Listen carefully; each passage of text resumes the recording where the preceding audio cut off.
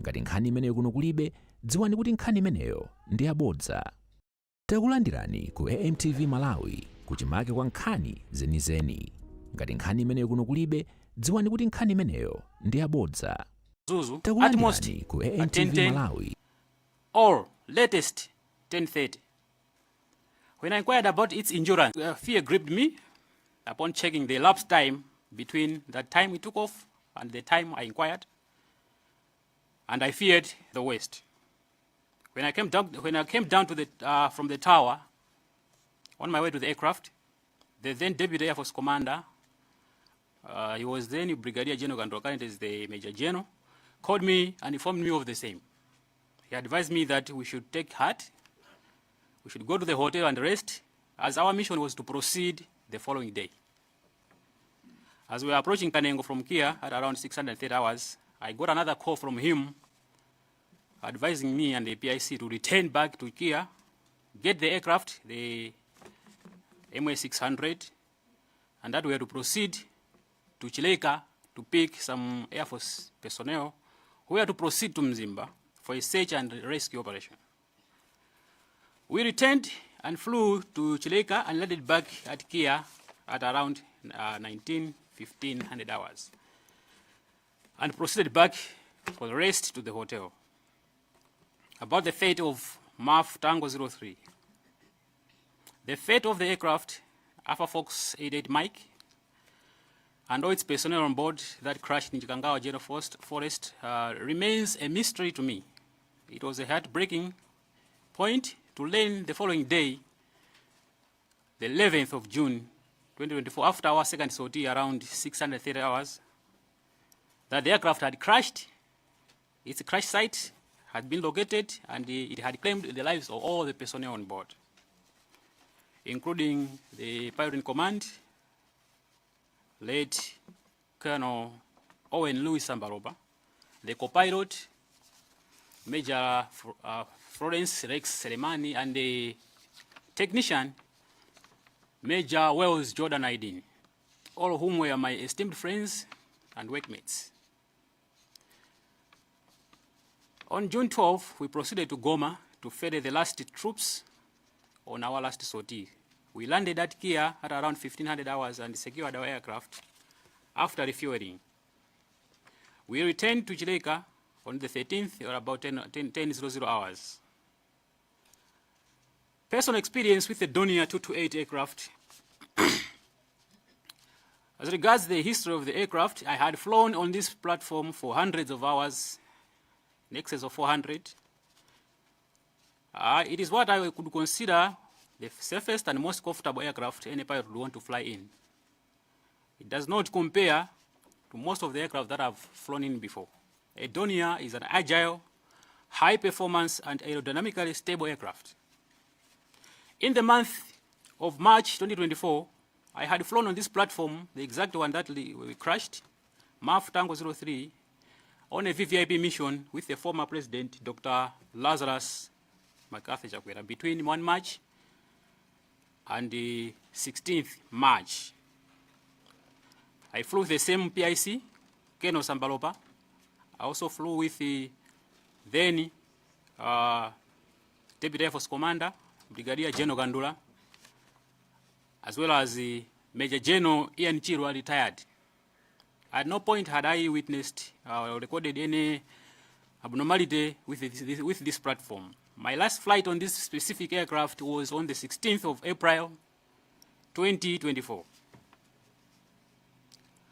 I wish I could know exactly what happened, what was happening in the cockpit of this ill-fated mission. Unfortunately, this will remain a mystery as the aircraft was not equipped with the voice recorder, a flight data recorder, otherwise in the civilian world known as the black box.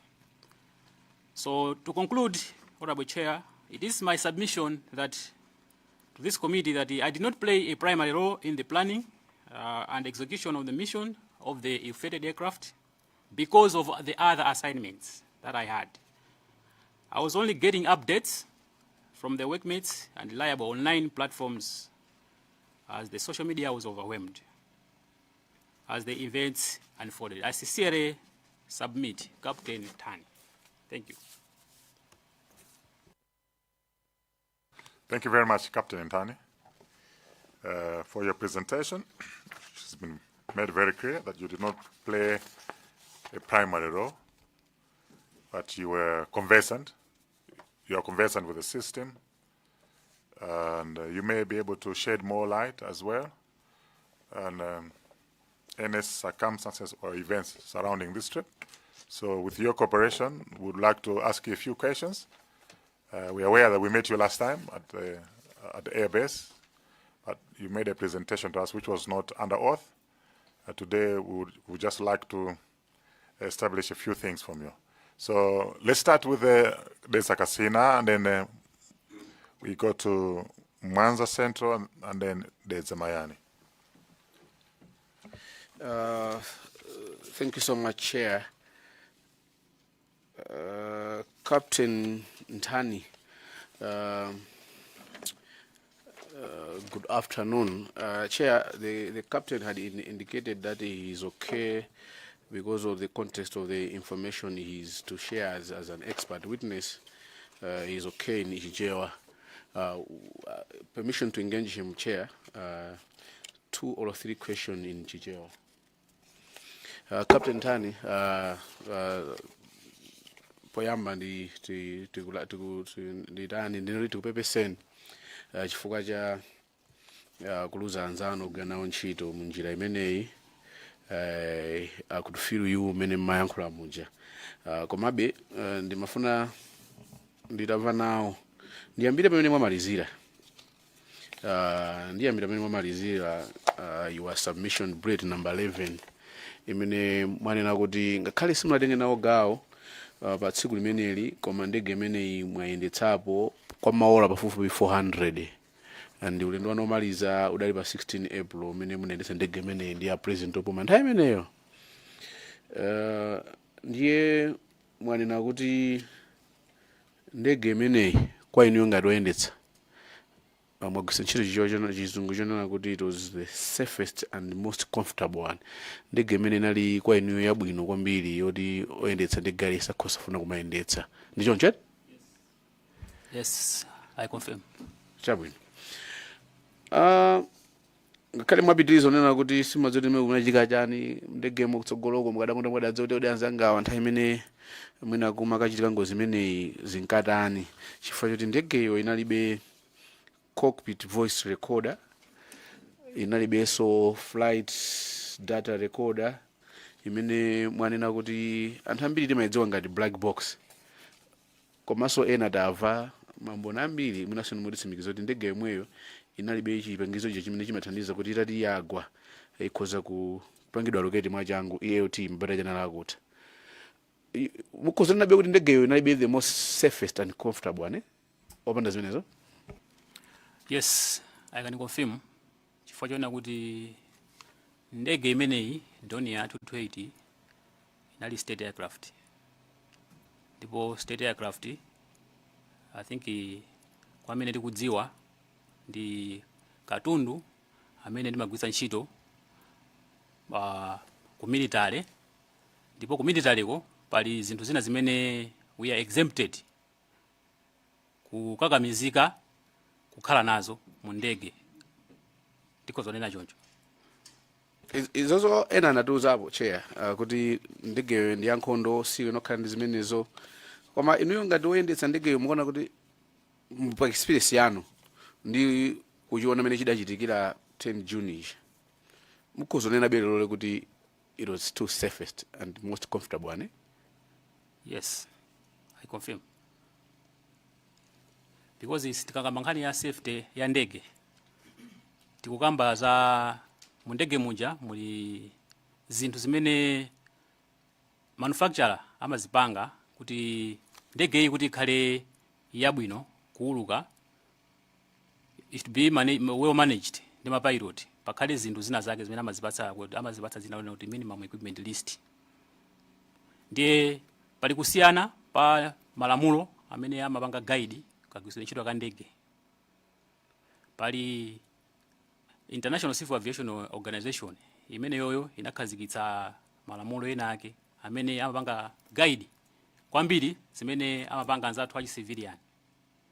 Ndiye mu 1948 pa 7 December kunali convention ku Chicago USA komwe pa zifukwa za chitetezo ananena kuti pali zinthu zina zimene sitingakakamize ma military institutions kumagwiritsa ntchito zinthu zina zake mu ndege. Zina mwa izo ndi zimene ndikunenazi. Ziko mwambiri.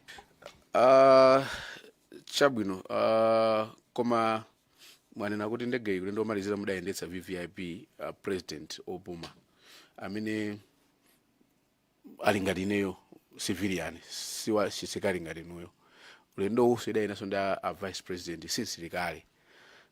Mukuonabe kuti inabe safest koma so comfortable kuti mkhozo mayendetsa anthu amene wapanda zilongezo zimenezi? Yes.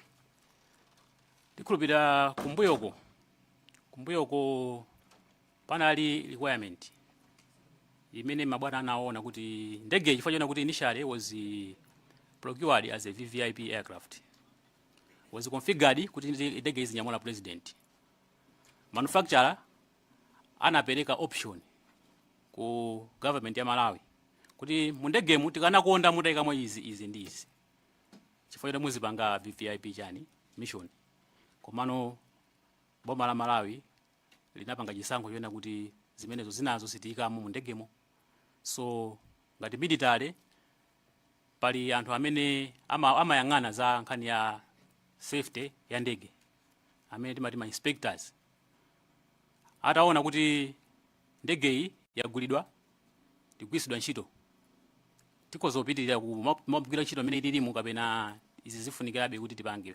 Anayesapo effort yoti zinthu zikhalemo mu ndegemo as just a safety feature that increases the safety of the aircraft. Safety inalipo kale koma that one gives more imonjezera chano nkhani ya safety ya chani ya ndegeyo makamaka zimadzafunikira pokapoka zikachitika zingati zimene zinatichikira pa June 10 pacha. Ndi maganizo mwanu mukuzona kuti mangazi dachika pa 10 June mucho zipangizo zimene zinzosafunikira apena zinzofunikira iniyo ngati pilot pano patata kupasa ndege doni ya ina ilipo iji yopanda zimenezi mukhoza kulutsabe?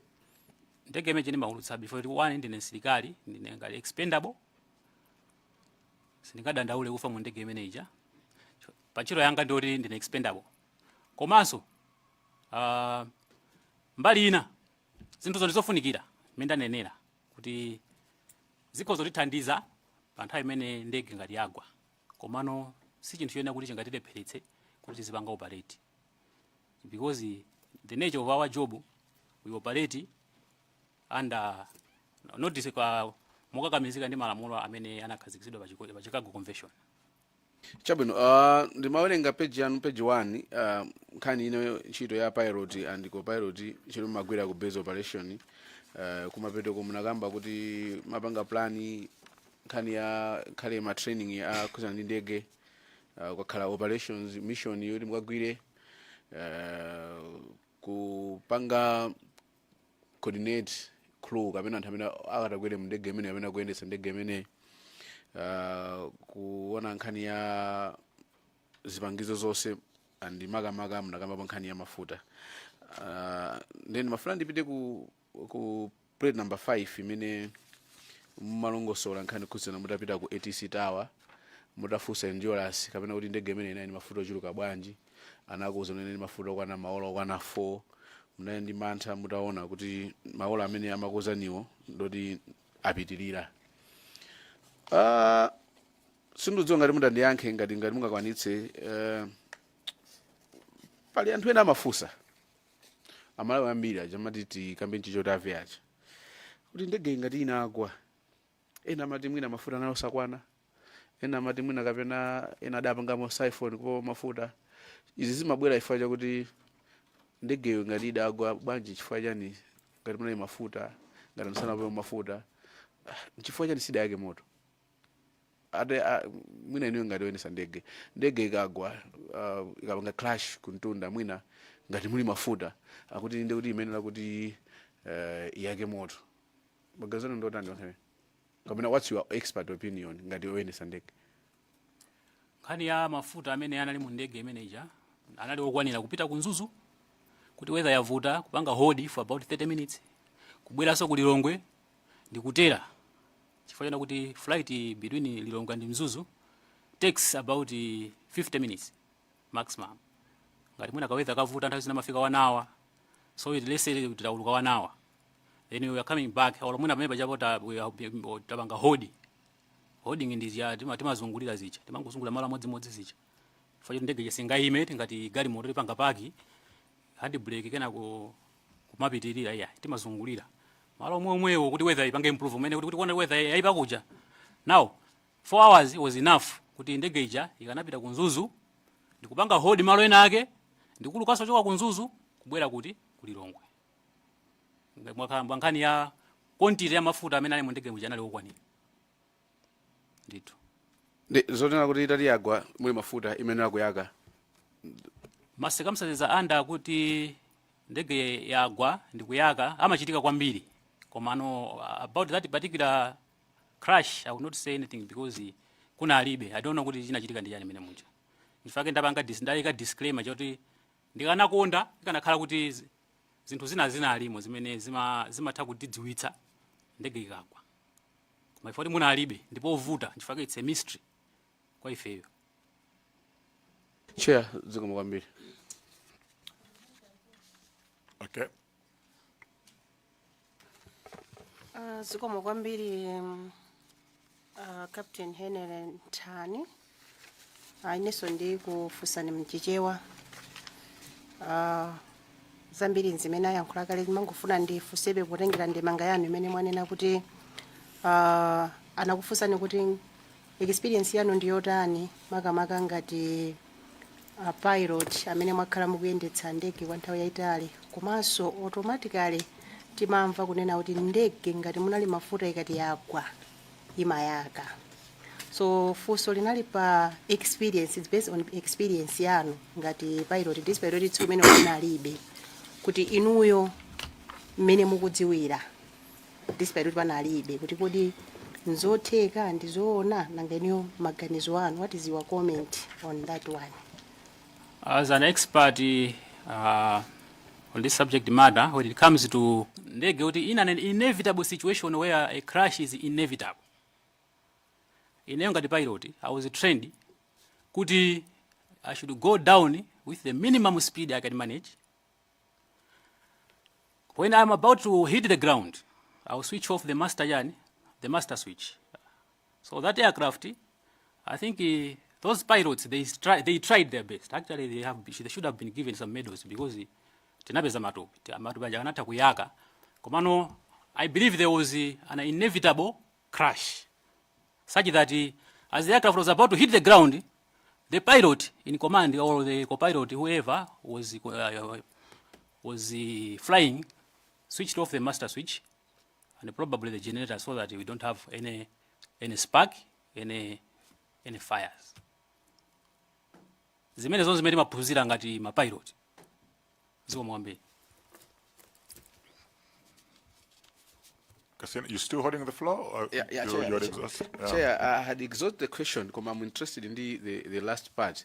Ya kuti inevitable kuti probably kuchitira mwina akuona kuti apange emergency clashing as well. Emergency landing or clashing, if I get you right. Not kuti we have planned an emergency line. Koma in an event una kuti mwina ndege tingoyerekeza in a situation yoti mwina we have mwina munamvapo zake munonimba cloud. Mtambo mene ni tambo modzi mene we one of the pilot wina isamafuna tambo mene atawulowamo. Tingoyerekeza ndege jenalo mu tambo ngati menewo.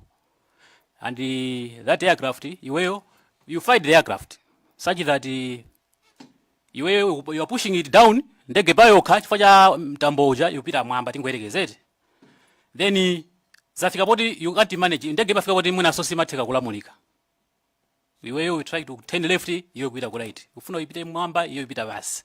And this is an example ya inevitable moment whereby you crash.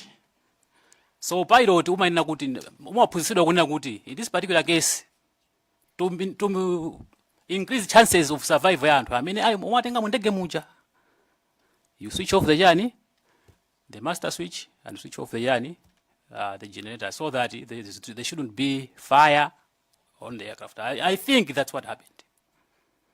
Yes. Is that the reason mwina landing gear inali, according to the BFU report, the landing gear was in motion? I don't think that would be the reason why. Mwina ziko zokhala zifukwa zosiyana.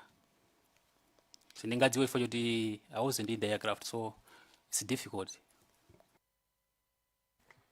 Mwanza Central. Thank you very much, Chair. Fajoti azanga anayamba kale ndi chichewa. Ineso mundilole ndipitirize chimodzimodzi. Koma choyambirira ndimafuna kuti ndaona presentation yanu, Captain. You are very emotional. You can, when we read it, even your presentation, it looks like you had a very big connection. Munali ndi kugwirizana kwambiri ndi anthu amene anali mu ndege, anzanu amene magwira nawo ntchito. Ndechoyambirira ndi kupepeseni. Mukuyankhulana ndi komanda ananena mawu a mchizungu onena kuti take heart. Mawu amene nthawi zambiri samangonenedwa iyayi. Amanenedwa pamene munthu wina wakhudzidwa. Or maybe mwinanso pamene akukhudza kapena wafoka. I believe kuti komanda amakulimbikitsani. And I'm not surprised kuti mene mwayilembera nkhani ikuoneka ndithu kuti anthu wamadziwana nawo kwambiri. Pepani kwambiri for that. Pali mfundo zingapo zimene ndimafuna kuti ndikambe ndifunse komanso ndimvetsetse. Koma ndisanalowe kumafunsowa, mene mwayilongosolera ndegeyi lerolo yatipatsa chithunzithunzi china chimene mwina tinalibe, chifukwa ambiri fe timaona kuti ndege yokutha, ndege sinali yabwino. Komano inu ngati oyendetsa ndegeyi mwayilemba kuti inali ndege imene wina aliyense oyendetsa ndege akadakonda akadayiyendetsa. Kusonyeza kuti inali ndege yabwino. Impression imeneyo ambiri fe tinalibe. Tathokoza kuti mwatipatsa. Now pa number 7,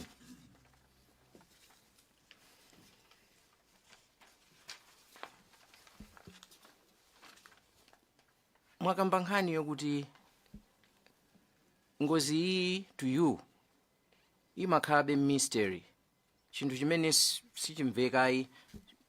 Mwanjira ina simatha kudziwa kuti kodi chenicheni chinachitika ndi chani. And you've said kuti mukanakonda mukanadziwa chimene chinachitika, chimene chimachitika mu cockpit. Koma pazifukwa zokuti zinthu zina zipalibe, nzovuta kuti zidziwike. Ndimangofuna ndidziwe kuti kapena inunso mmadabwa ndi mmene ndege inkayendera tsiku limenelo? Sindi madabwa kwenikweni ndi mmene ndege imayendera.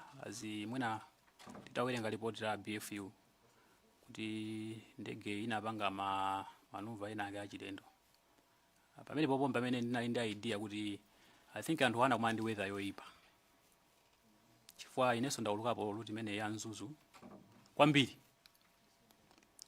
So basically flying ya ku Nzuzu ngati kuli clear, you just fly mwina level imwe kuipanga maintain and descend and land. Koma ifo yoti weather ya ku Nzuzu is very unpredictable. Imasinda nthawi iliyonse. Nthawi zambiri tili ndi malo amene timapanga approach ku Nzuzu. And chifukwa cha nature ya malo mwachisanzo kunyanja. Kunyanja ni malo kuti kulibe ma obstacles. Amene apanga slow pepo. Pepo ni mene mapanga move mitambo. So kuma kampepo yambiri ma pushes away mitambo kuma khala clear. So we prefer mapita kunyanja. So it was my thinking kuti ndege ina kumana ndi weather yoyipa kwambiri such that they were trying to deviate from the weather. Because ndakupasa chisanzo cha mtambo amene mati Charlie Bravo. Ndi mtambo amene mata ukhala waukulu. I have experienced kwambiri ma Charlie Bravos kawiri. I'll give you my instances mwina okwana 3. Kuti mwina for the mwina anthu amene samadziwa kuti zinthu zimakhala bwanji tikamauluka. Chisanzo choyambirira tinapitapo ku Nzuzu ndi Keno Gunda retired. Tinapanga failo kuti tiuluka should be about level 090. kudusa mwina chamu doamu mitambo inamba kupanga build up patsogolopo tinapanga request 090 fika 090 mitambo ikupanga build beyond us we requested up to 130, which is one of the very, very high altitude to fly in that particular aircraft. So we had to divert towards the lake. Tinango pita panga divert pita ku lake kucha. Pesa unapezeka kuti kuli clear. We descended and landed. So there's another example. Tinapita hapo ku Likoma ndi Malemu Sambalo pamweyo. Zimafika nthawi nake timati point of no return. Zoti iwenso ungabwere kumbwefena kuti the weather ngati tikozona ngati yakumbatira net yakufungatira ngati blanket kuti kupita kumbuyo uku sikuoneka chachi chose kupita kusogoloko what you do in that particular case, you have to pamalo amene pakuoneka ndi pabwinopo you hold it at that particular place. And that flight I think yanapanga charter ndi FTH bank ngati sakunama ngati I think Amora Angel tinazungulira pamene popo wakantha I think mwina akozondikira mbona amene analipo flight imeneyo tinazungulira almost katatu kenako kulikoma kuja kunatsekuka tinatani tinatera koma kuona no weather kutebeno ngandiki chakuyangana kumbuyo weather radar mangoneka ready so kumalo ngati kumene kuli ready wote mati kuno go we had to commit to land kutiko palikoma pacha and wait paka na anthu anapanga zawo so kenako tinabwerera. So ma circumstances alipo angapo. Yachitatu vice inende mwenda Sambalo pomweyo we flew from Lilongwe to Zomba. Tanyamuka ku Lilongwe weather tinangodusa detsa nyengo inasinda suddenly we requested Chileka kuti mwina tipite ku Chileka nimene kuonekera ku Zomba mwina sitingapite achileka na kuti kuno kusi mungatere ndimene kulili because Chileka so nayo ndi airport imene si abwino kulibe equipment yoti mundi in that particular weather good land ki anatoza kuti kunonso kwaipa kwambiri simungatani. So we tinafika pa point of no return. We had to survive in the air. How do you stop the aircraft in the air? You don't stop the aircraft in the air. It's not a helicopter. You cannot hover. So we had to descend because ndinali ndika application kamene nagula to South Africa. And I was using a phone, you can imagine Tanyamula president. Because mundege muje munaibe equipment yalani yofunikira ngati GPS yamakono. So natsekula kapu kacha we descended up to 4,500 feet. Pasi bacha panaibe mitambo. Apente 4,500 feet ndio mitambo nali ngati upati pamutu patupa. Ndikumauluka ndi head of state. Kazungule kuja ndikutera.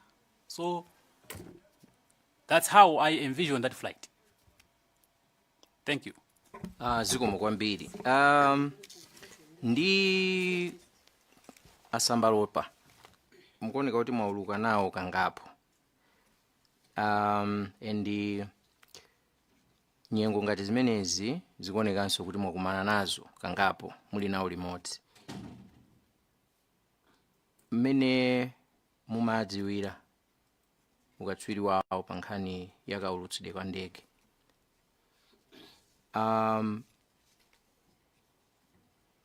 Anali ndi kuthekera kuonena kuti nyengo ngati zimenezizi amadziwa kachitidwe kake. Sitingade nemopyatira Keno Sambalopa, the late, may his soul rest in peace, was an exceptionally good pilot. Kwa meti maswera mpira timadziwa kuti ine ndi striker koma nzanga yuso ndikatswiri abwana aja anali katswiri sindonena izi kuti ndingwayikira kumbuyo koma chifukwa ndauluka nawo mamishoni ambiri including pandege MA600. He was so good in both decision making as well as in handling of the machine. He was timati fine hands pilot. So he was very, very good at handling my situations ngati amene wawa. Yes. Zikomo kwambiri. Chair, ndithokoze kwambiri chifukwa cha mmene ayankhira captain. Ndibweranso nthawi ina koma pakadali pano ndiyimire pamenepo. Zikomo. It's a man. Captain Henry Ntani, inenso ndikupepeseni chifukwa pamene ngozi inachitikira inunso kukhala kuti mumayendera ndege zomwezo onsewa anali anzanu ndi nkhani yomvetsa chisoni ndipo ndiyokukhudzani professionally. Ineyo powerenga presentation yanu ndikumatsatira kwambiri mawu ena amene ndaphunzira kuchokera kwa inu anzathu achisilikali. Ndiye ndimafuna nditengepo wedi imodzi liwu limodzi limene inuyo mwakhala mukuligwiritsa ntchito kwambiri, makamaka ndinene kuti asilikali mumaligwiritsa ntchito kwambiri. Liwu limeneli mukulitchula kuti mission. Ndiye ine choyamba captain ndimafuna nditadziwa tanthauzo la mission kwa inu asilikali. Mukati mission mumatanthauza chani makamaka? Chabwino apa tikhozonena kuti mwachidule it's like a specific role that we are playing on executing a task. Mwachitsanzo flying a president is a VVIP mission. Flying the remains of the late Kasambala is an ambulance flight mission. Yes.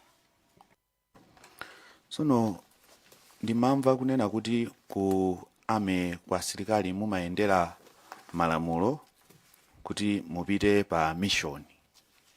Neni mafuna ndidziwe kuti inuyo ngati captain lamulo kapena kuti command yoti mupite pa mission ngati kwa inuyo mumayilandira kwa ndani? Zikomo kwambiri ndingofotokoza mwachidule procedure kuti mwina tingopanga clear mwina mafosa amene angabwere ena. Procedure ndoenda kuti ndege kuti ituluke kuchoka ku base kwathu kupita kumene ikufuna ipiteko.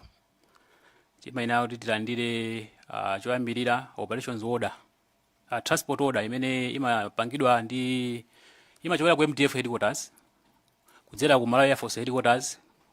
Amene amayilandira kumene koko ndi operations officer. Nthawi imeneyo anali abwana omwewa amene ali akomanda panopa. From headquarters ya Malawi Air Force amatitumizira kuzomba kwa airbase. Imafika wa base commander, a base commander apanga task operations officer amene ali overall operations officer.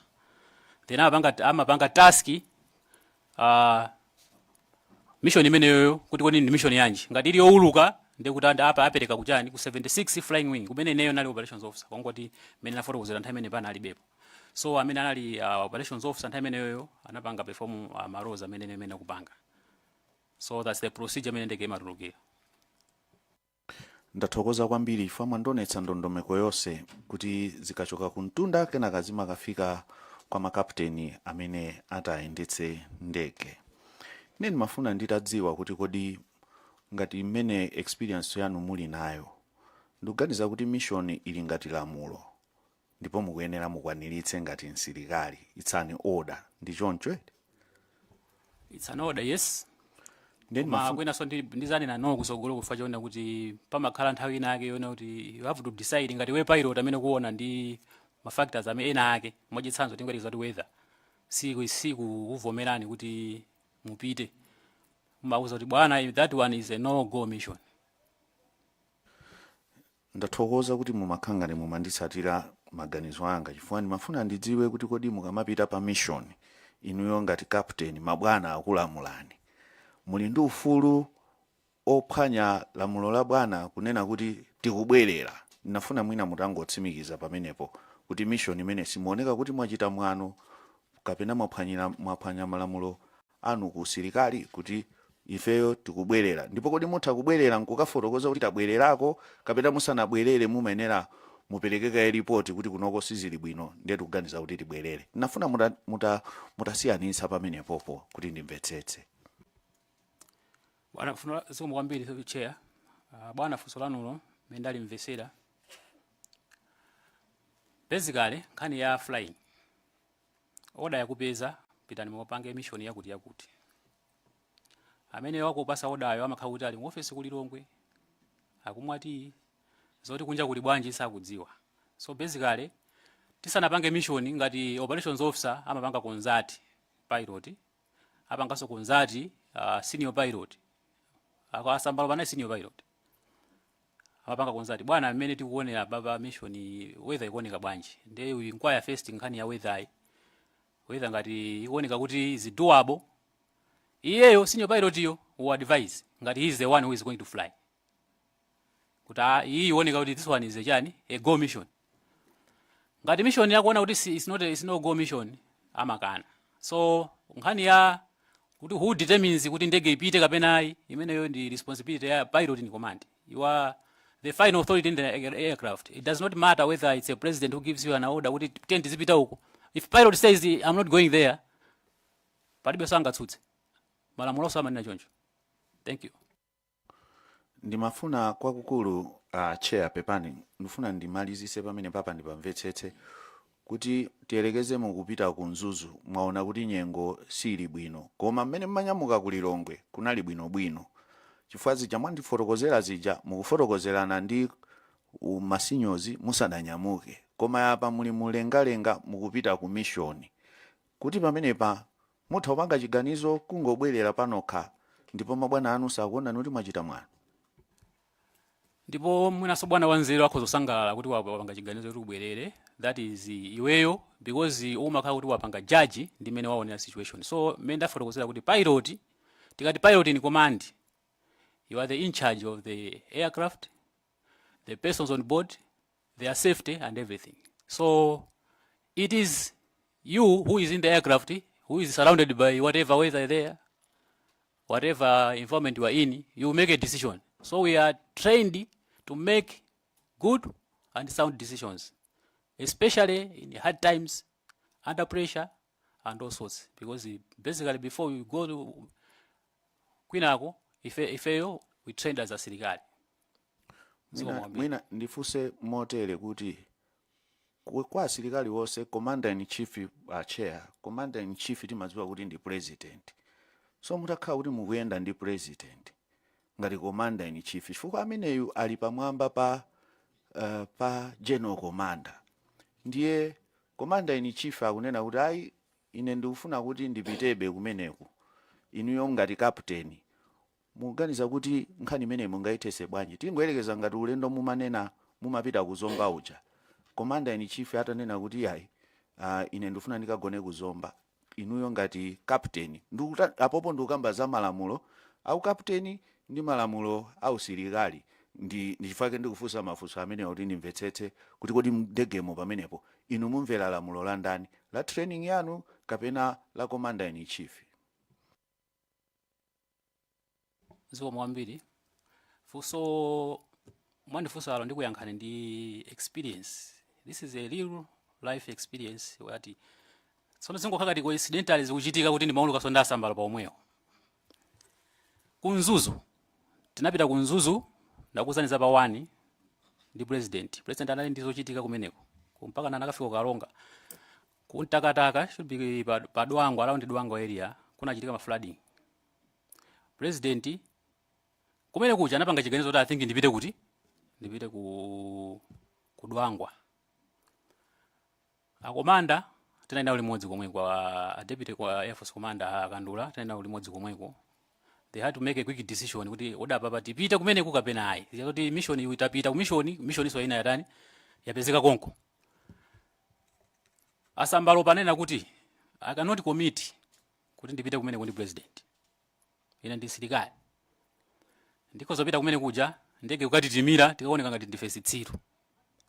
So before we proceed there, let's go there and do what we call a reconnaissance.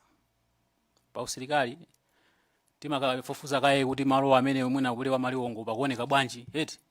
So ifeso timene tipite tikaone malo amene tikagwirepo ntchito tikatirapo tikapena sitikatirapo. Ani pasa go ahead commander pitani mukapange chani reke ine I was flying with Sambalopa. Tafika kumene kuja tinasindana ma controls. Sambalopa was flying and I was taking a video. I have a video in my phone. It's like kuti ndi phone imene ngati jambo la time imene yoyo ndimene kuisa chiro panopa. Sambalopa said this is a no-go mission. I'm in charge. It doesn't matter whether he's a president. If you are in the PIC, you make a decision. So the president will have to follow the journey.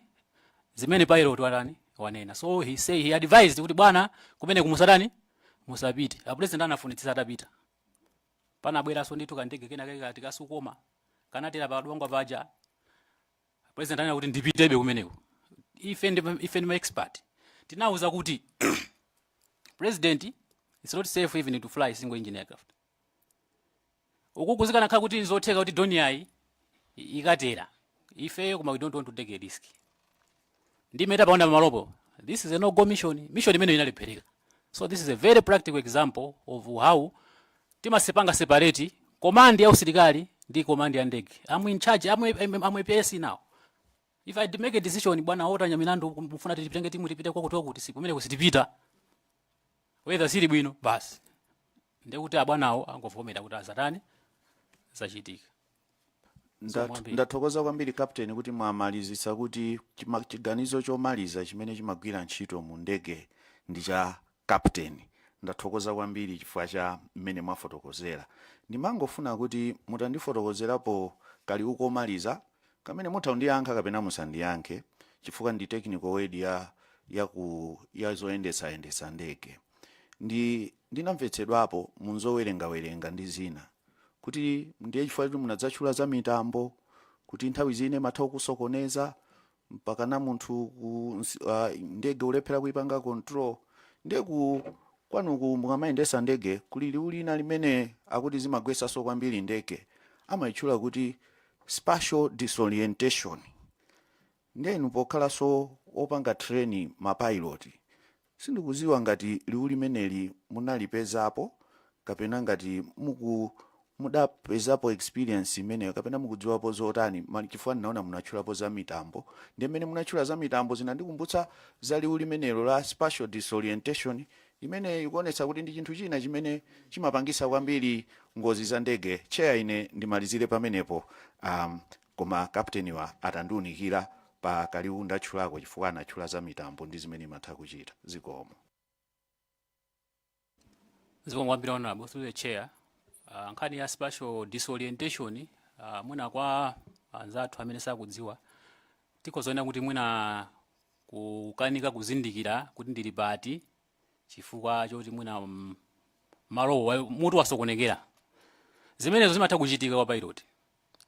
So ndege ngati Donia is a two pilot aircraft. Tikamauluka pali timati good airmanship. If your pilot is disoriented, ola iwe zako wadziwa kuti nzangayo akuoneka kuti ali disoriented, umamuza kuti I have control. Even atakhala bwana, even abwanacha akandulacha. I'll give you another example akandulana uluka nawo. He's a very honest guy. Sorry to say guy, he's a general. Tuchokera ku DRC. Tinanyamuka pa Goma International Airport. Flying, climbing out. Kenako iwo aja namba kuona ngati ndege ikupanga timati ku banking ikanga dikhotera kumanzere kuma ndege je kuluka yani straight. Ananoza kuti nthani you can have it. So that is good airmanship imene timaphunzira ngati ma pilot. Mwina mufuna mupeze opinion yanga kuti anthu ale they were disoriented kapena anthu aja they were not disoriented. Anthu aja they were in control of the aircraft. That's why even report ya BFU inanena kuti that was a controlled aircraft into terrain. Sifid. Ndege ikulusidwa koma pali ma circumstances zona kuti avuta ndege yakagunda chani yakagunda nthaka. So that one kwa ineyo that was a very that was an accident. An avoidable accident, an avoidable fatal accident. Thank you.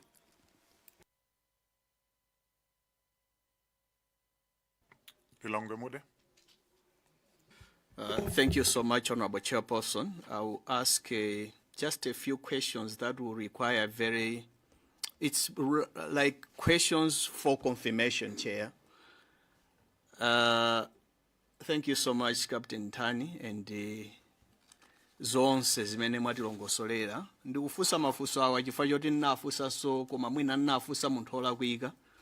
Inuyo ndikuona kuti ndinu munthu oyenerera kuti ndikufuseni mafuso. Amanena kuti mwauluka pa ndege ya Donia kokwanira more than or around 400 hours. ndekuti ndi masiku amene wakuti tiawerengere ndi nthawi yayitali komanso mauluka kwambiri ndi asambalopa. Ndiye funso langa loyamba ndili limene ndafunsanso m'mbuyomu komwe ngoti ndikufuna confirmation kwa inuyo. Kodi nzotheka kunena kuti ndege imene akuuluka asambalopa chifukwa inu mukudziwa bwinobwino m'mauluka limodzi kuti munthu wina wake woti sali pa ndegepo angabwere nkudzatseka chitseko cha ndege imene asambalopa akuuluka kapena inuyo mukuuluka? Zotheka? Procedurally sizingatheke. Ndifotokoza bwinobwino kuti ndege timakwera bwanji. Ndege tapanga process ija ndege yatuluka. Kwatuluka passenger manifest. Passenger manifest ija ikakhala ndege ngati ilekeze MH600 imene timakhani ma cabin attendant. It is the senior cabin attendant who will be checking kuti abwana wota nyamilandu akwera, abwana kadzipatike akwera, abwana akutakuti akwera, mafunika mu ndege mukhala folo, anthu akwana folo. Zingakhale zitavuta motani pata abwera munthu wa number 5 cabin attendant akwena kufusa kwa pilot in command kuti bwana munthu wa number 5 yu pa passenger manifest panga palibe akwera bwanji. So technically or practically that is not possible. Pa usilikali so ndipo sizingatheke zimenezo. So ma operations athu donia ngati 228 mene timapangira operate ngati tupita ku training, tupita ku general flying area, timapita mapilot toka fati mapanga manuva ena ake amene amakhala ni comfortable kwanza atamesana pange training ngati mapilot. Komano mission yoti pa president katukanyamula katundu wina wake timakhani technician. Anthu amene wawa, these are the only people who can close the aircraft door. Cabin attendant ngati alimo mu ndegemo mwachitsanzo MH600 yoti amakhala mwamatha kutseka. They are trained how to open and close that door. Sichitseko chongotsekula ngati chalu marriage. Ndi chitseko choti kuti utsekule utseke umayina kuti uphunzitsidwe. I was once embarrassed kukanika utseka chiso emeli foti kaleso ningamene kokona katengera chibwana. Ananduza kopolo utabwerani. Ndipusele mene matsekula timatsekula chitseko ndati hayo chitseko chotani chophweka. Nabe amene choti ndachitseka chitseko chija koma chitseko zinoti chani latched sichina lokeke. Anazoti bwana chitseko simunatseke ndati ayo chitseko mesa chotseka ichi anangochikankha chonchi chitseko chatani chatseka. So there's no way munthu wina wake kuti wangochoka uko kubwera kuzalowa mu ndege opoti pa passenger manifest palibe komanso how to close that door knows singatheke chifukwa amene ali panja paja one of his responsibility and one kuti amene olo amene momwe inokhala otani ovomerezeka. Sikongo kwambiri. Funso langa lachiwiri ndi nkhani imene munanena ya master switch. Kuti mutaona BFU report mudaopeza kuti master switch inali off. Nde munalongosola ndipo namva kunena kuti master switch imakhala off kuopetsa kuti ndege yake ngati yagwa. Ndimafuna ndifunse kuti kodi paliso nyengo ina iliyonse olo nthawi ina iliyonse imene imafunika kuti master switch mupange off kupatulako nthawi imene mukuganiza kuti mukhoza ukagwa kapena mukhoza ukapanga crash landing titero mwina chichewa chake? Master switch kuti uzimitse ndipo kamwina pa normal la shutdown ya chani ya engine. Koma in the air you are not allowed to switch off the master switch. So it only in menda fotokozera kuti masecumstances zona kuti there is no any other option. We are going down. Right? Zavutitsisa papa we tried koma we are going down. Kuti tikhale ndi mwina katundu amene ali mu ndege mwathu mwasaonongeke komanso anthu amene ali mene mumu afe ndi dignity. Pamakhala inevitable chani ndana kuti inevitable moment. That is the only time pilot you are allowed to switch off the master switch. And that one is a good procedure because the aircraft will crash and sipachitika chani sibayaka moto. So that's it. Funso langa lachitatu ndi nkhani ya low flying. Mwanena kuti nthawi inakenso mmapita ku Blantyre kunali kuti koipa kulilongwe nkoipa nde munatsika ndege ija idatsika nkumayenda pa 4,000 feet above the sea level ndi musimu motani 4,000 khozoyerekezera kuti mpatali bwanji ndi nthaka pa 4,000 4,000 feet amayerekeza kumene kuli nyanja kuja ndi kunoko mtunda uchokera pambira madzi paja kumakwera kuntunda mwachitsanzo kuzomba kuja tikakhala tili pa runway tufa tikanyamuke imaonetsa 2,650 feet so inzo kuti madzi chochoka pamene pali madzipo zafika mepopo ndi 2,650 feet mukayipanga divide by 3 mukuzoipeza ansala so kuti tiyerekeze ndi height imene uchokera pamene popo for around that area pamakhala about 2,900 feet ndiye kuti muli pa ground from the ground ndiye muonjezapo bwanji about 1,500 sichoncho about yes for about 1,500 feet muonjezera kwinako ndiye kuti imeneyo ndi height imene mutima uluka kuchokera pa nthaka zikomo kwambiri mauluka height ndiye kuti mmene ndikumvera ineyo mwina mukhoza nditsutsa mauluka height ya musi koma mudanyamula a president a dziko la Malawi tinakumana ndi circumstances amene anali circumstances ovuta ochititsa manyazi mwina kwa mtundu wa Malawi chifukwa sindimayembekeza kuti ndikazi ineyo maganizo mwanga sindimayembekeza zafikapo situation ya nyamula president ndikukumana ndi situation ngati imene komano ngati dziko tinapezeka mu situation imene ifa cha imene tilili ma-airport athu mmene ndafotokozera mwina for the sake of record ngati ena sakudziwa Malawi muna airport yabwino ndi imodzi yokha Kamuzu International Airport kuma categories za ma-airport ndiye kuti pali mitundu itatu kati 1 kati 2 kati 3 ifeyo timu kati 1 sikutanthauza kuti yabwino kwambiri tu yayi kati 3 yo ndi imene ili yabwino kwambiri so kia ija ndi kati 1 chileka does not qualify kuti kakhale kwa kati 1 ilibe ma facilities oyenerera ma-airport athu alibe ma facilities oyenerera kuzomba kuja kuna ali ma navigation equipment ana aliko kalikaliro nthawi ya ngwazi kukalonga ina aliko kumzozo ina aliko it was very easy to fly but those things were vandalized as I'm speaking we fly using experience and using njira zosayenera aviation standard imaina kuti ife tiziuza ma navigation chani aids amene timene okhala nawo koma ngati dziko it's unfortunate kuti zinthu even zizi ndikulankhula panopa amaliongo akumva kuti tilibe zinthuzo zochititsa manyazi so we had a state of head of state pandege flying very low but we had to manage it so the thing is we safely landed that's the most important thing lomaliza mwafotokoza ichichi anafotokozanso a General Kandula dzulo koma ndimafuna ndimvetsenso kuchokera kwa inuyo mwanena kuti pali mtambo ovuta Charlie Bravo umene cumulonimbus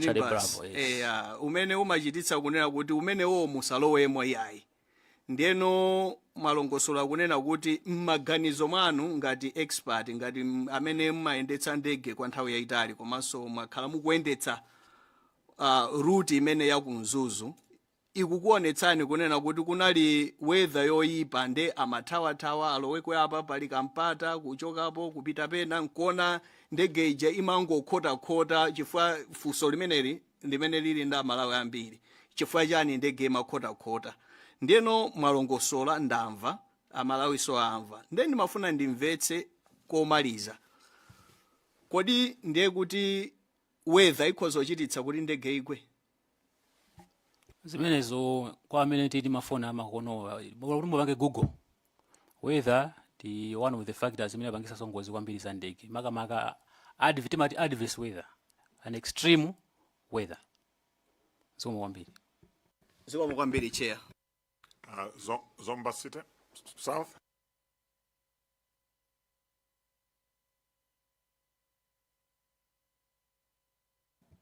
zikomo kwambiri chair Captain Ntani, good afternoon. Good afternoon. Yeah, Ineso, let me join my friends in condoling you for the loss of the 2 or 3 officers that we are working closely with I should also mention that I also believe that that gap that they left, I think you can still fill it. Your report, I should join Mwanza Central, that indeed it shows that you are emotional up to now. You are still feeling the pain. So the people of Zomba City South, indeed, convey their condolences. I'm happy, I will not repeat what you have already responded when you're talking, you're responding to the Zagasina. The 2 pilots, you called them fine hands pilots. And what I read in your submissions, I think in the MDF report, you also said their competence and experience were unparalleled. That's correct, eh? That's correct. Thank you very much. So I will not repeat that because we have covered the crew that were second to none. So I will not repeat the issues of the crew. On the airworthiness, you have also said this is one of the safest and most comfortable crafts that you have ridden on, and you would still wish you could be riding on such crafts. So on that one, I will also not repeat. However, chairperson ndifusa mafuso mwina atatu pa airworthiness ipo tinawerenga pena pake kuti mashina amenewa anali ndi weather radar, kuti weather imatha kuwerengedwa kumene tikupitako, weather kusogolo kuno tikumana nayo motere. Ndimafuna Mungu uchita confirm. Ndutsimikiza weather radar mu ndege imene inali mondo. Zikomo kwambiri. Weather radar imeneyi kuti matha kuwerenga mtunda utali bwanji musanakumane ndi nyengo yoyipa, kuti kodi ikhoza kukhala ka 500 meters ka 1 kilometer ka mati nautical miles, tatiuzani imatha kupereka mtunda utali bwanji kuti kumene tikupitako apo 20 nautical miles tikakumana ndi weather yovuta. Weather radar imeneyi imatha kutiuza mtunda okwana 80 nautical miles mwina kwa zathu amene mapanga masamu topanga 1.852 times 80, which is about tingopanga times 2 mwachidule 160 kilometers. Zikomo kwambiri. Ndiye kusonyeza kuti ngati weather radar imene imagwira ntchito, ndiye kuti nasita ni it was airworthy, and you have also confirmed. Ndiye kuti kumiro nimbasi amene anatha kuwerengedwa ndi 260 kilometers away. Sindikudziwa kuti mtunda mwendo utali bwanji kuchokera kulilongwe kuno kumapita cha kunzuzuko. Nkhani ya cumulonimbus kuti muinveste bwino, mtambo umene build up yake ndi mtambo kuti umapanga build up very fast. I'll give you another personal experience in South Africa ndikuuluka ndikupanga training. Pilot basically umayamba kuuluka ndi instructor wako, kenako amakusiyira ndege weka, umapita weka, timati ma solo flight. Ndi mauluka ma flight atali muna 3 hours, nthawi inake ntaboeka nantenga captain Siri amene nthawi inaza ndijoyina ngati akupanga kosi ya pilot. Ndena munza say tiye pa flight ndiuza nthawi zitani uzizitolera sona wese kumaphunzira timaleso pang'ono. Ine sina instructor inde koma ndimamuonikita timathandizana kumena kuti kucheza.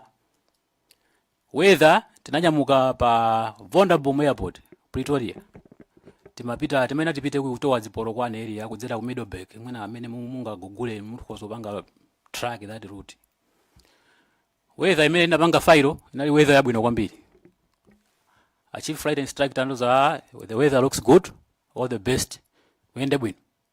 Tinanyamuka barely about 10 kilometers.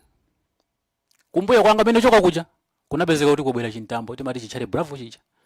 Ndi chintambo choti chimakani cover distance over 80 nautical miles within a very very short period of time.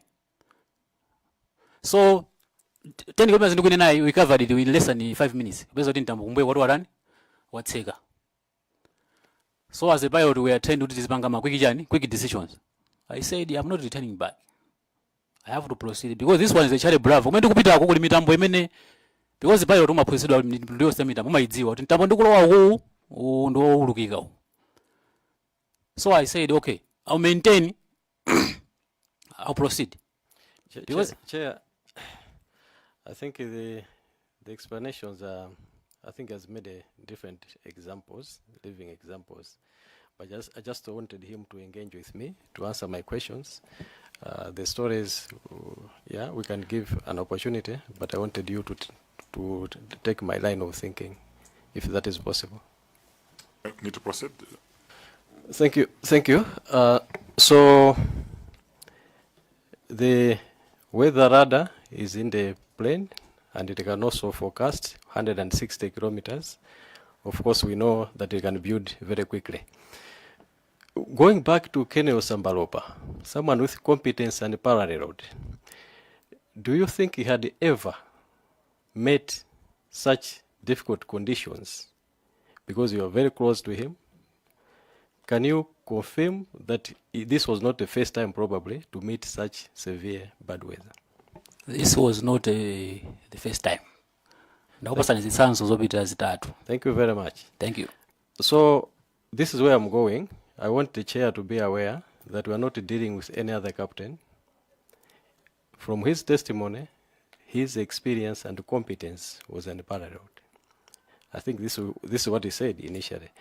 This is airworthy. The weather could be forecast on the radar 160 kilometers away. Secondly, Chair, moving on, the flight was lost on the communication. It could not be tracked until 10 a.m. Is it 12 a.m.? Maybe you would also want to speak to us because you are an experienced pilot. You have been lost for more than almost 30 minutes. You finally get connected to the airport tower. Would you sound distress call to the people that you are talking to, having been lost for almost 30 minutes? Okay, kuti yange funso imenelo mwina ndingoperekapo chithunzithunzi kuti kodi ma communication imayenda bwanji pa flight imene anauluka anzathu. Before that, tidziwe kuti ndege ya Dornier 220 imene maulukayi, this aircraft was not a pressurized aircraft. Pressurized aircraft imene zimatha kuuluka makafika mpaka na 49,000 feet, zimatipanga pa provide supplementary oxygen. Ndege imene inalibe that facility. So it was restricted to flying below 12,000 feet.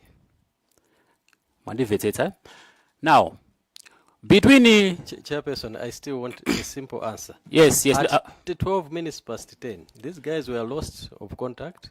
They established contact after, is it 30 minutes? I'm asking a simple question, Captain Intani. Would you not sound a distress call? I think the other answer you can maybe give it later, but I just want this response here. Captain, Fwajantawi, nkani zanu zozulisa ngalasa, zomadipereka my insights. Kama mbodi my insights ndo siyana, we can draw lessons. Yes. Kama umina, pena bagi just go straight, kuti sakali distracted kwa mbili. Molunjika. You sound a distress call only in an emergency. Thank you. So, an emergency. Now, someone, let's assume they had met this cumulonimbus crowd. This is a very bad crowd. I think you've painted a very bad picture about, a very scary picture about cumulonimbus. Was this not enough for the experienced pilot who could not find his way? I think he was making 360 degrees, trying to find how to get out of this situation. Now, finally, he has communicated with the airport tower. Is this not enough to say we are in distress? No. Distress is a call imene mabweretsa alarm yaikulu. Timabeleka distress call under ma circumstances zawa. You have suffered engine failure. There's a fire on board and there's a interference. Somebody wa mundege muja oti samene okhala mundege muja mwina akupanga interfere cockpit kuja. You send a distress call. That one is a mayday. Timati mayday call. Thank you. So in this situation, to me as a layperson, as a civilian, I would think this was an emergency situation. You don't agree? It was not an emergency situation? I don't agree. Please explain. Nkhani yake ndimene mafuna fotokoze kuti nkhani ya communication imeenda bwanja baba. So ndege ya tuzija because they are still flying very low. Communication imavuta between Kamuzu International Airport and Mzuzu. Beyond the position NASA akamapita uko imene cha mudu wangu akamunkota kota. Lilongwe ndi ndege za tuzija sitimamvana. So akakangudutsa NASA amakuza kuti kwinako muzipanga broadcast pa frequency imene timati ya general flying 118.1. So umangonena kuti ineyo pano ndochokera ku Lilongwe ndadutsa pa NASA mwina ndi about 10 kilometers ndili ku northwest ya NASA 10 kilometers ndikuuluka 7000 ngati kusokoka kubwera wina wake atani andiuze umayenda ntunda wautali kuti ukamvane ndi Mzuzu, and communication is very very difficult. So I believe pakati pamene zimachitika pakati pa zama 10 zija jani there was no chance kuti waja kanatha kulumikizana ndi chani ndi Lilongwe komanso ndi Mzuzu. Siko mwambiri. Final chairperson, can you maybe repeat what you said about gear down condition and flaps in position 1? Does this indicate intention to land, or it does not indicate intention to land? It may or it may not. It may, if you are at the airport, for example, it's a normal procedure that we have arrived at the airport, we have confirmed under normal circumstances. They will say you are cleared to land, the runway you use is so, and you report maybe right downwind runway, the runway that beginning use. For example, this was 17. So that is one of the normal circumstances. The other one may be training, but this was not a training mission.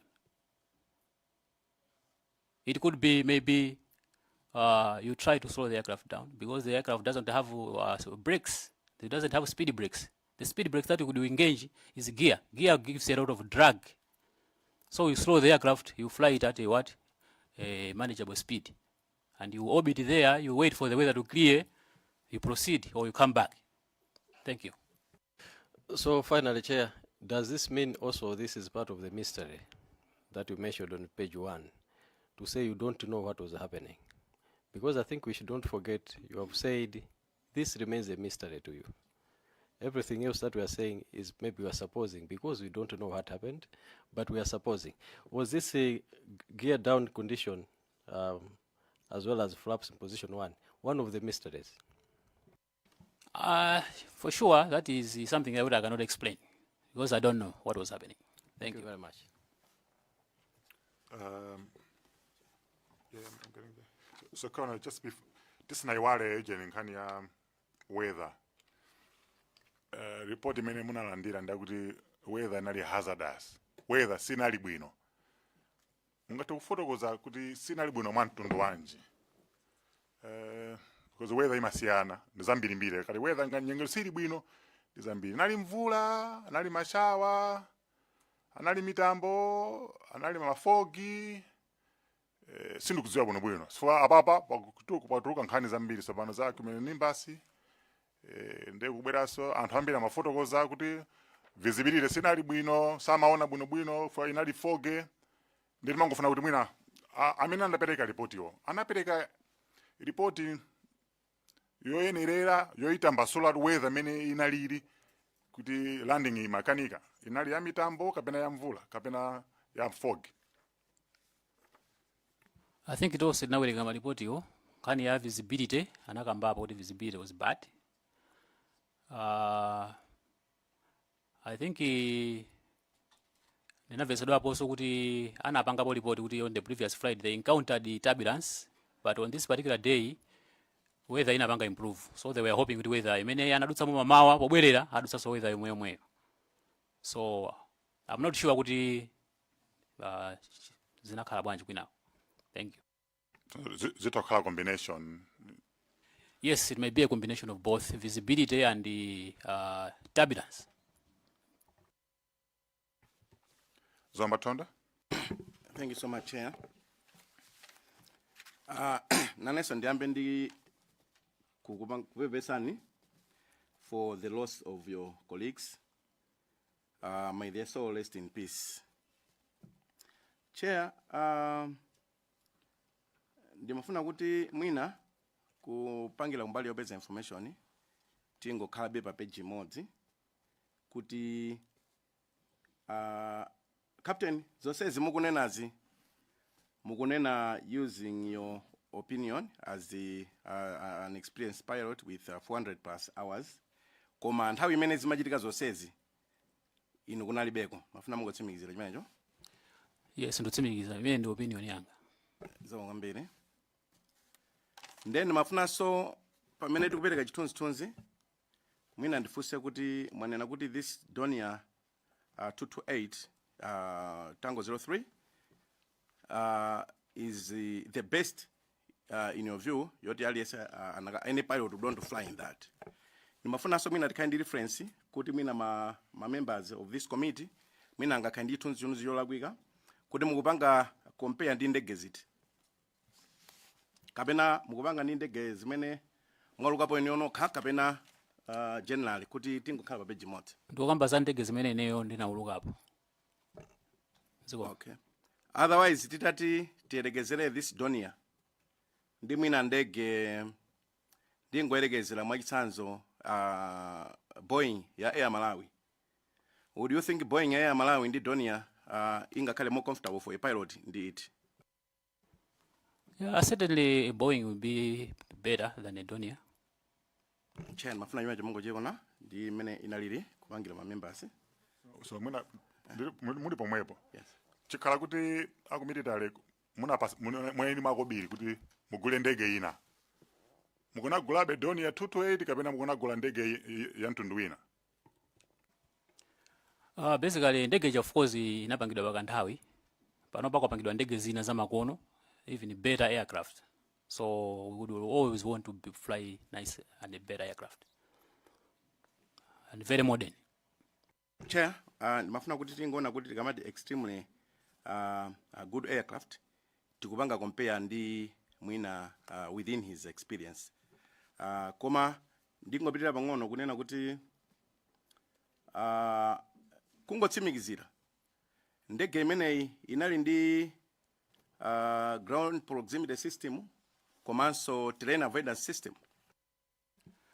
Ndege imeneyi primary instruments panalibepo ground proximity warning system komanso terrain warning system. Were there any upgrades? No. It was the portable GPS that had a terrain warning system. It was a portable which was a separate GPS that was bought after incident inafuta ya president yoyambirira ichi. Kuti president araona kuti zinthu is becoming dangerous. Singapeze china chake chokuthandizani muzuluka kwa bwino. We made that proposal. I was the one who proposed it. Bwana ina kana lembakala tena pia sogozinate. I get the point, Captain. Thank you. And thanks for that information. Ndi mafuna mwina my members angodziwa just a few kuti you're flying the plane, you're on the controls. Voice yake when you are approaching the ground or any kind of terrain imasokosera bwanji kuti what are the chances kuti pilot akhoza kusemphana nayo sayimva bwino? Kuyambira kujandaina kuti kuma primary instruments amene they are integrated in the system amene amatha kutionetsa kutelekeza pa ife pali 40 imaonetsa pa annunciator panel. Ndege imeneyi inalibe zimenezo. Akaka mukunena inuka kanali mu GPS. Mu GPS imo because the GPS is separate. It's not integrated in the aircraft. You cannot hear the tone from this GPS because you have those headsets. The engines are running, so you cannot hear that one. Thank you. So when you are relying on this as an equipment for a warning equipment for terrain avoidance, maganiza kuti imakupangani in your mind as pilots, as a captain yourself, maganiza kuti zikupanga noni motani? For the sake of record, through chair, GPS mainline nakuti was a supplementary navigation device that was bought. Kungotithandizira kuti tizikhalako planning isamati vute, flying tizikandikena kaika reference kuti in case these ones fail tikozodalira kaka. Koma this was not a primary device in the aircraft. Okay, so ndatokoza. Chair, you may wish to take that as a point because ikusempana ndi report and ikusempana ndi what was said yesterday. So mina just take note of that.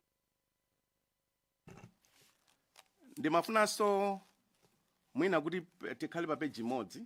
You mentioned of the master switch, which pilots, especially you military pilots, are advised to switch it off to minimize the potential fire. Ndimafuna kuti mutsimikizire kuti awawa ndi maganizo chabe, koma you have no reference. Amene wani maganizo anga, yes, because it's part of your training. Komanso navapo mu report kuti fa atabwera BFU nafusa apo chinthu chimodzi kuti kodi ndege munayipeza mu configuration yanji. Ndiye anandifotokoza kuti naipeza in landing configuration. Master switch munayipeza in position yanji. Anandiuza kuti we found the master switch in off. Nafusa ma generators in position yanji. Anandiuza kuti they were in the off position. That's why ndikunena kuti naganiza kuti ndege suffered an inevitable crash. And the pilots tried their best, but because they were hitting the ground, they say, let's switch it off. At least we should hit the ground, we should not burn. Thank you.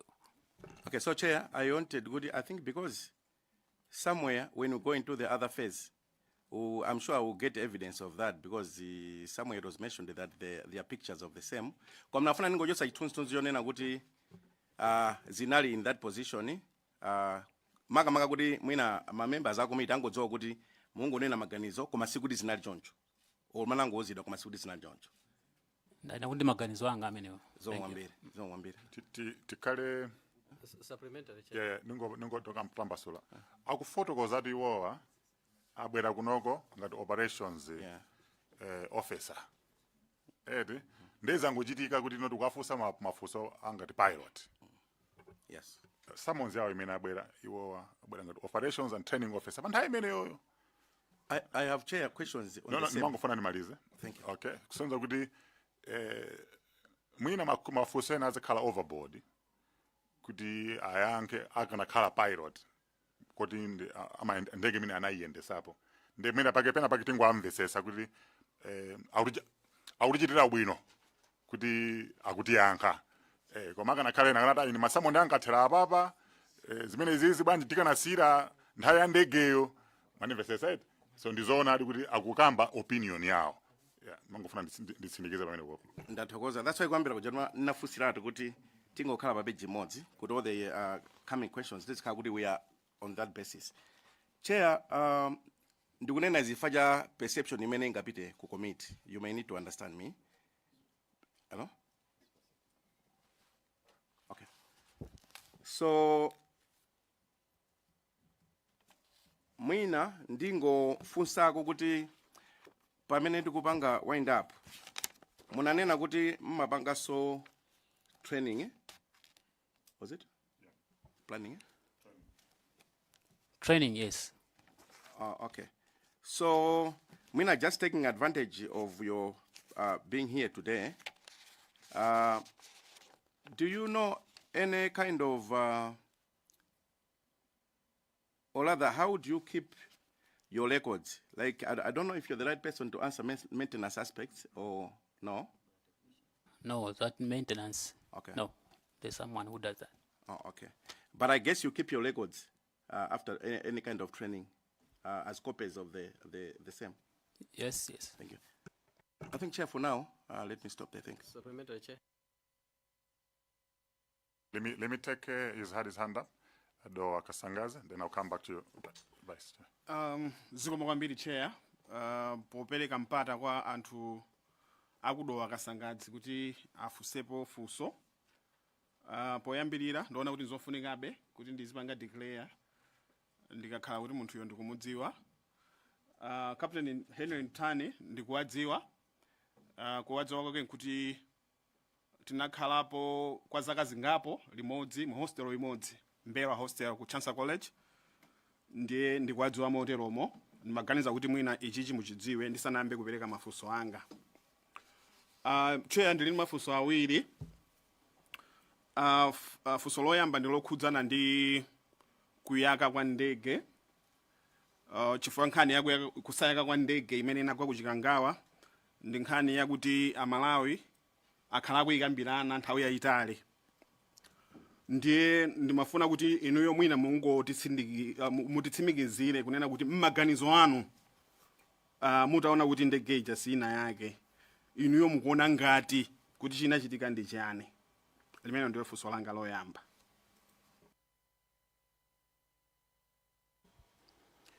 Zomwambi Chair, I think funso limenelo naliyankha kuyambirira ngati ndisakunama. Ndinanena kuti mukuganiza kwanga anthu aja they encountered a situation ena kuti it was a point of no return. Sizingathekenso kuti abwerere kusangapiteso uku.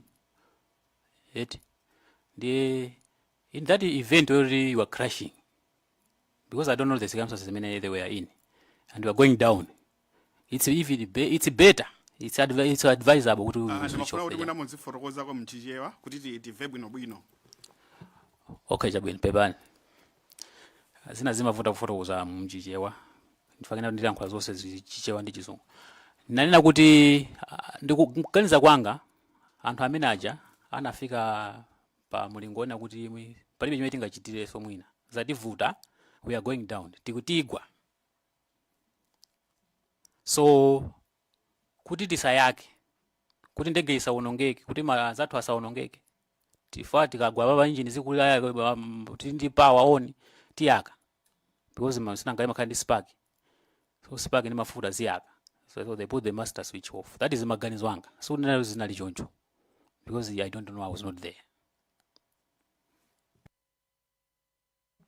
Ndiye kuti no ukakhala kuti watimitsa master switch ndikutimitsa ma generators a ndege. Ndege imakhala kuti singathe kuyaka. Yes, you minimize the chances of having a source of power, which is a spark. Because by mafuta panga spark pena pake ndiye kuti moto wetani uyaka. Ndetu. Chair funso langa lachiwiri. Ndina kuti inuyo captain mutawerenga report la BFU komanso mutazifufuza zokhudzana ndi ngozi imeneyi ngati munthu mmodzi amene mumayendetsapo ndege imeneyi. Mumaganizo mwanu munaona ngati kuti ngozi imeneyi inachitika chifukwa chani?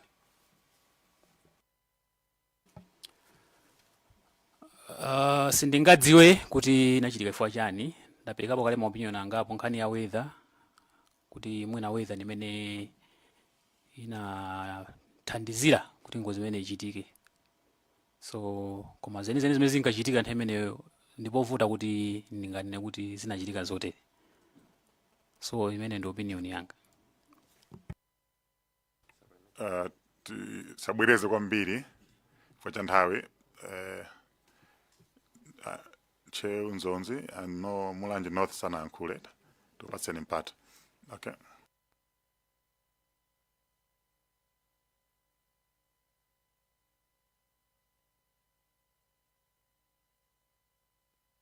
Che Unzonzi No. Thank you so much, Chair, again for giving chance. Okay, ndinene benjijewa kuti zomwe kwambira Chair potipatsanso moyo wina kuti ife anthu akunche Unzonzi mvaye tifuse funso lina potengera funso limene anafunsa akalenso Dowa Katsangadzi. Captain, funso langa ndilo kuti titapita ku Chikangawa komiti inoyo idauzidwa ndiye na amene adayamba kufika pamalo paja kunena kuti adapezeka kuti matupi ena anthu amene anali mu ndege muja anapezeka ena atakagwera uko ena atagwera uko. According pamene inuyo mukuyidziwira ntchito yanu kuti ndege ija yazimitsidwa mainjini yazimisidwa zonse zimene zimathandizira kuti ndege ija ikangogwa isa yake.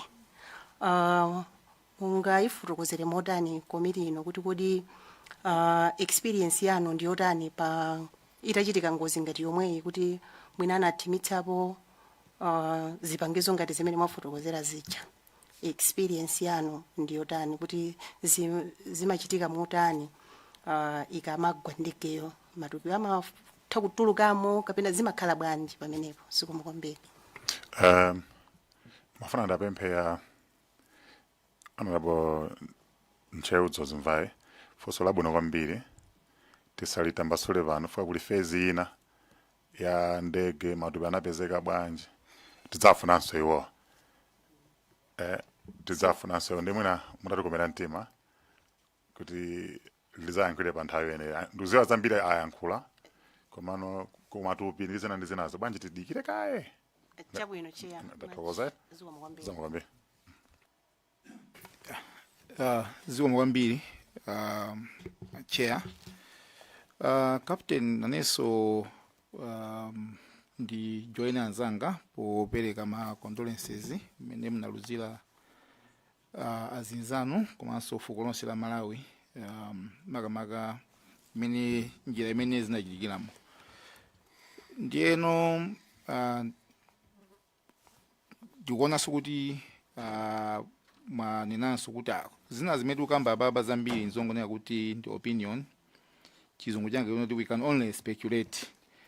Koma mawu amphamvu amene mnasogoza ndachiona kuti it remains a mystery kuti kodi zinakhala bwanji ndege amene manenera ndege naye bwinobwino komanso oyendesa onso anali akaswiri. Koma chimene mafuna kuti mungondithandizira kumvesa ndi chimodzi chionera kuti mu maganizo anu manena kuti mmene ndikuonera ineyo sinali partial disorientation. Naona kuti ndimene ndikuona situation anthu anali in control ndithu amaziwa zimene zimachitika. Then mafuna kuti ndingomvesa kuti ukuwenga report lija communication yomaliza anazapereka ngati kuti ali is it 20? I think 20 nautical miles. Yes, and kuchokera yambali ya ku Ekwendeni. Koma kuona mayipanjitika ngozi anali ndithu kutali.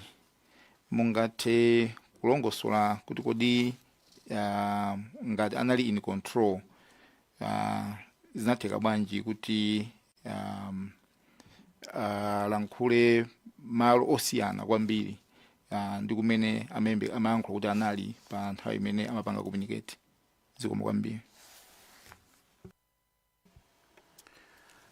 Ngati nawerenga bwinobwino, I think report iyo inanena kuti ndege inapanga report kuti inali 20 nautical miles and iwo ankapanga intend kuti akapite cha ku Ekwendeni. Noti kuti anena kuti tipita ku Ekwendeni.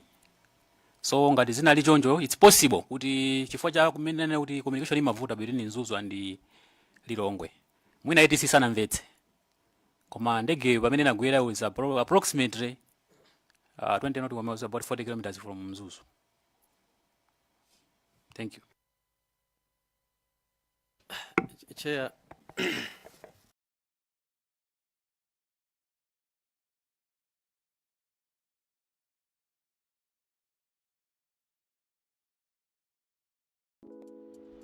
Osayiwala kupanga subscribe ku channel ya AMTV Malawi.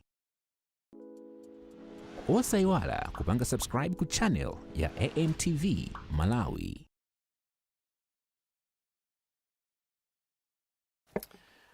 I think ndingoyambira ndi supplementary kuma ndingoyambira penalekeza.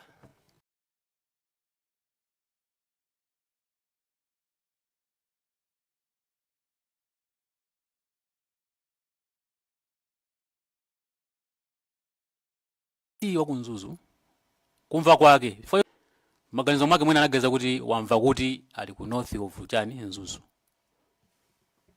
Chabwino mwina poti tingoganiza mwina tisira pomwepo chifukwaso tikhoza kumaganiza kuti mapilots iwo anali disoriented, so tent zisiyende pomwepo. Chair, supplementary. No, funso labwino kwambiri. Munati mapilot wa anali the best pilots. Ife ya Malawi ndifo dala. Inunso imene mukufotokozera mukuoneka kuti ukadaulo muli nawo. Even mapilots asambalopa amene ali pa ndege iyi ana very experience. Zikanatheka kuti iwo akabalalike ndikanena direction yolakwika pa nthawi imene iyi. Kuti ulendo uno amayenda nthawi zambiri. Ndikanena kuti 20 nautical miles molakwika anthu oti anali very experience. I doubt that because as I said ndauluka nawo kwambiri kuti yomweyo ndi asambalopa anapangaso train pa ndege ina more advanced than Donia in terms of avionics MA600. Many more avionics very very advanced.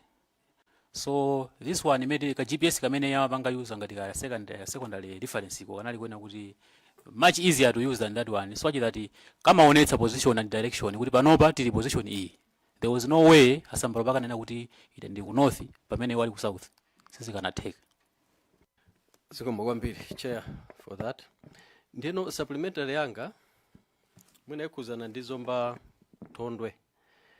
Tachita ni confirm kuti ndege imene ipoto maizi wabwinobwino inali ndi warning and caution panel. Yes, inali nayo warning and caution panel. Timati announce panel inalipo. Tangu kuti fotokozani pang'ono mwina poti ife ndi ma civilian imene imatha kupanga so sound kapena mangokhala lights oka kuti ready mukuyandikira pansi or something like that. Tangu tiuzani imatani kwenikweni in brief. Kutheka kuti mukusokoneza tikakamba za warning panel. But Donia ija I think munabwera kuzomba pamwamba pa weather radar ija palika panel kena kake. Tingoyerekeza kuti battery lazuka la ndege pamayaka gesi lofira battery imalemba so battery 1 kapena battery 2 then pamayaka chigesi mbali naye chigesi chimayaka chimapetira chofira then mabwera so warning imalira pom pom pom. So tikamba za warning panel tukamba za zimene zizo. I don't believe we are referring to EGPWS imene malakati enhanced ground proximity warning system indege imene inalibe zimenezo. Koma panel imatipasa ma warning za ma failures amene akuchitika mu ndege. Thank you. Yeah, apo matiphunzitsa ndemwina be mukamatiphunzitsa be choncho GPS jatikunena kuti inali ndi terrain proximity function. Ndioti volume yake ndioti munthu sangayimve imene tinafunsira muja katango chita ndi confirm. I confirm chifukwa kuti it's not integrated kuti ungamve ma headphone.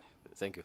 The chair komaliza ndingofuna be a pilot atatuuza the normal landing speed ya Donia imeneji. Maybe you can give us a range as a chair.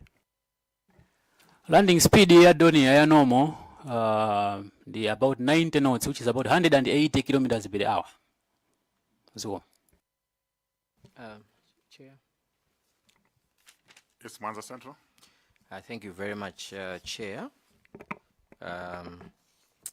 Ndikupanga chidwi kwambiri ndi Captain Ntane because akuyankha monesa kuti zinthu zamaziziwa. Ineyo ngati munthu amene sinayendetsepo ndege ndimafuna mwina Mungu ndithandiza ma scenario angapo amene akhoza kupangitsa kuti mukuyenda ndiye mutsitse ma flap kamati ma flap mutsitse landing gear.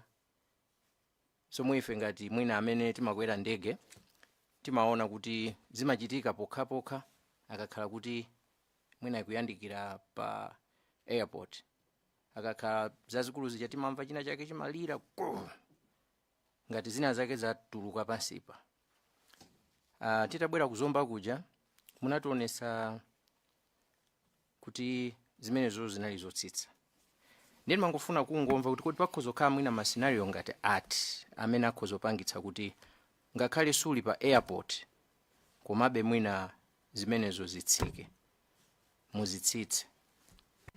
I hope through you chair nafotokozapo kale ma scenario ngati amenewa ngati mwina simuna ndi ingonenaso kuti timapanga zimene zija mwina pa training komano chifukwa choti ndege ija muli VIP on board songapange training tikhoza tisa landing gear we are saying kuti tikupanga land scenario number 2. Scenario number 3 ndege ya twija ilibe ma speed brakes. Ndege zina zili nawo ma speed brakes. Mundimvetsetse pamenepo. Tikatsitsa material acha. Chifukwa mphepo ikamamenya material acha makanga ti ubweretsa drag. Drag tikhoza kuti resistance. Imakanga ti uthandiza ndege ijo panga slow down. Ndeti tikatsitsanso ma flaps acha. Timapangisa ndege ija iziuka malo moti tiziuka chi speed 100 chakuti 150 180 imafika mpaka na 200 ndege imenechi. Timauluka around mwina 80 85 maona eti ndiye tingoyerekeza kuti pali chi space chimene chikuoneka kuti apa pamwena tikozopanga hold apa malo apa ndiye kuti tikatsitsa gear ija ndikutsitsa mafulapo tikozozungulira malo pacho osakafika kutali umene kwe mitambo yoopsa imene tikuiganizira kuti mwina kuti kanikisa tipite pasogolo. I think ma circumstances atatu amene wawa amene ndingathe kutsitsa gear. Zikomo kwambiri. No, ndimafuna ndimve pamene po chair. Thanks. Timalize ndi Doa Kasangaza. Zikomo kwambiri chair. Nkhani ya mafuta andege. Ndimafuna ndidziwe kunena kuti mu ndege imene ija mafuta amakhala patipati, tanki yake inali patipati. Komanso zimaveka kuti mafuta aja pamalo pamene inagwera ndegeyo zikukhala ngati anthu amene anapita posamaona kuti ino mafuta agwera patipati. Inuyo mukuona ngati kuti izi zinali choncho chifukwa chani? Kuyambira kufunso kwanu mafunso amakhala patipati, funso limeneli zikomo kwambiri. Funso limeneli ndoto kuti kuyankha kwake mafuta andege amakhala mu wings. Apo mu ndege je kunaiona ndizi ma projections zimene zimatuluka ku left kwina ku right. Zimene mujamo mkati mwake muja makhala mafuta. Chonse chija timati chi wet wing. Zikomo kwambiri. So nkhani yona kuti pamene panagwera ndege mafuta sana apeze, I'm not sure kuti anthu amene anapita wakaona pamalopo anatenga dothi ndikuliyesa kuti mulibe mafuta kapena ayi. Chifukwa mafuta andege aja amauluka nsanga ali ngati spirit. Kutayika papa kutenga 5 minutes akhala kuti aumapo. So I don't know ngati anapanga apo investigate kukatenga dothi. I don't know ma conditions amene ali kumeneko. I don't know, sinapiteko kumeneko. Ine mmene ndafotokozera ni mauluka ndimapita ku DRC. So I don't know. Captain Tani mwayankha bwino kwambiri mwachimvekere. Tuthokozeni kwa nthawi yanu imene munabwera lero komanso patience yanu yankha mafunso onse kukhuza so ma area ena amene sanali pa masamonzi pano zatipasa chithunzithunzi. Ndikhulupirira kutsogoloku tikhala tikufunani pakuti mulibe in charge ku airbase ko koma tikufuneni zabwino ngati muli mawu omaliza mukhoza kuyankhula.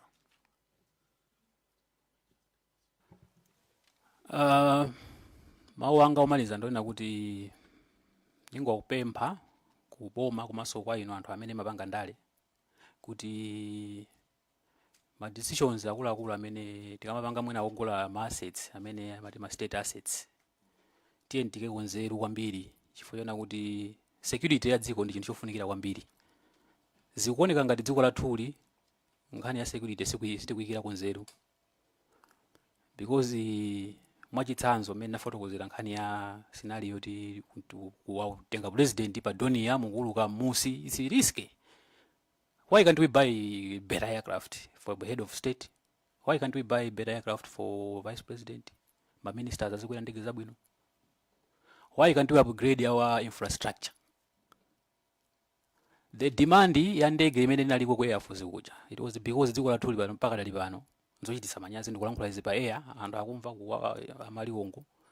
Tilibe ndege za civilian. We are scrambling for our aircraft because you don't have yours background. Why can't we buy ndege? Maiko anzathu achita bwino kwambiri chifukwa cha nkhani ya aviation. We need to improve our infrastructure. Tikaini ma standards amene timaona tikapita kunjaku. Zimakhala zinthu zododomesa kamaona airport. Kuti I think ndafika pa airport. Ukamatera bakia paja zimakhala kuti apachire. Sisi zimaoneka bwino. We need to improve infrastructure in terms of navigation equipment. wa aviation, because ndalembapo mu one of my recommendations mu report ya BFU kunena kuti dziko la Malawi litakhala ku at least ni ma alternative airport angapo Malawi muno ziko zokhala bwino. Kuyambira nena kuti airport imene iko yanzeru Malawi muno ndi modzi yokha. I think a few weeks ago ndege zalepherapo kutera pachiteka paja mpaka na ena mapita pita ku Zimbabwe ina kuzungulira paja 18 times pakikia paja kutera later. You can imagine how much fuel do you burn. We waste my resources pa zinthu zina zimene mwina nimaona ngati ma priorities athu pena pake sakuyenda bwino. So ndi pempho langa, it's a plea, ndine munthu okonda dziko la Malawi, tiye ndichitepo kanthu makamaka kumbali ya security zikumwambiri. No, ndikutokozera kwambiri chifukwa chogwiraso ntchito yotamandika Osayiwala kupanga subscribe ku channel